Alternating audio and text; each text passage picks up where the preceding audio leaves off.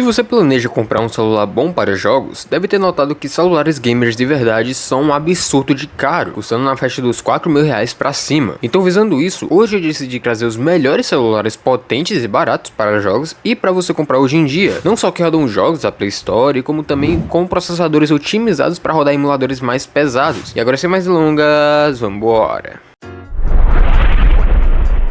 Dessa vez eu vou deixar link de lojas mais variadas na descrição para que você possa comprar pelo melhor preço, além de, claro, poder ajudar o canal. Mas se você não comprar, deixa pelo menos um like e inscreva-se para não perder os novos conteúdos e também fazer o canal chegar a mais pessoas. E agora sim, a opção mais potente e barata que teríamos aqui seria o Redmi 14 4G, que ele estava numa média de uns R$1.000 e já trazia um LG 99 Ultra, que é um bom processador e é um pouco mais potente que o LG 99 normal. Porém agora ele está na faixa dos 1.200 para cima, então não compensa muito por esse preço. Portanto, o A17 4G ficou como o mais barato da lista. E aqui não tem segredo, eu tô recomendando a versão de 256GB por conta que ela já traz 8GB de memória RAM, já vista que a de 128 só traz 4GB, e a tela dele é uma Super AMOLED com 90 Hz em taxa de atualização e 6.7 polegadas de tamanho. Então é um celular relativamente grande, além de já ter 5.000 mAh de bateria. E só mais uma vez é que eu não vou dar destaque para as câmeras ou focar nas câmeras, já que o objetivo aqui do vídeo é focar em desempenho para jogo e emuladores. Porém, se o celular tiver boas câmeras, eu vou dizer, obviamente. Só que no geral, ele tá numa média de 900 a R$1.000 e por esse preço, ele já vai atender bem e dar conta de um Roblox, um Free Fire da vida ou até um Minecraft. Haja vista que esses jogos não são 100% otimizados para celular. Porém, ainda assim, você ainda vai ter uma boa experiência. Só que eu recomendaria que você economizasse pelo menos R$200 a mais para você conseguir comprar o próximo celular, que é no caso o A36 5G. Isso porque ele já traz uma tela de 120 Hz em taxa de atualização e uma resistência maior. E apesar de a gente reduzir para 6 GB de RAM e 128 de armazenamento, porque a outra versão que vem com mais memórias acaba saindo caro demais, sendo que existe celular melhor mesmo sem vir com Snapdragon. Então agora falando do principal, que é no caso o processador, e aqui tem um detalhe interessante sobre ele, nós temos aqui um Snapdragon 6 Gen 3, que é um bom processador, marcando fácil aí seus 550.000 pontos no AnTuTu, mas a brincadeira começa a ficar interessante agora, porque os processadores da Qualcomm são os melhores em quesitos de otimização para jogo e emulador, já que a GPU Adreno consegue se sair melhor em tarefas como renderização de jogo. Então é uma GPU que vai dar conta de jogos pesados, rodar emuladores com um pouco mais de facilidade do que outros processadores, e também por o fato de ele ser um celular extremamente potente pela faixa de preço, já dando conta aí também de um Genshin Impact da vida, provavelmente. Óbvio que não vai ser no gráfico mais alto possível, mas ele vai rodar ainda assim. Mas o lado ruim é que a One UI é um sistema pesado, embora estável. Porém, em compensação, pelo menos o sistema da Samsung é bem completo. Só que se você deseja rodar jogos leves em emuladores, ou jogos com gráficos mais altos, como Call of Duty, ou até mesmo um Budokai Tenkaichi 3 também, que é um jogo para emulador, vai sim dar para rodar esse tipo de jogos, lógico, na configuração certa e com o gráfico certo. E de quebra também ele traz ótimas câmeras, já gravando em até 4K a 30 FPS. E só um detalhe, não é que o Snapdragon seja o único processador mais otimizado para rodar emuladores ou para jogos em si, não é isso. Ele é o melhor sim, mas um Dimensity 8400 Ultra, por exemplo, vai dar conta de bastante coisa também, só não vai ser tão otimizado quanto para rodar emuladores ou algumas tarefas bem mais pesadas em quesitos de renderização gráfica. Então agora que eu expliquei isso, vamos para o próximo celular, que é no caso o Moto Edge 60 Neo. Aqui a gente vai dar um salto de faixa de preço para casa dos R$1.700, porém tá valendo bastante a pena investir se você não liga tanto para esse quesito de melhor processador e tal.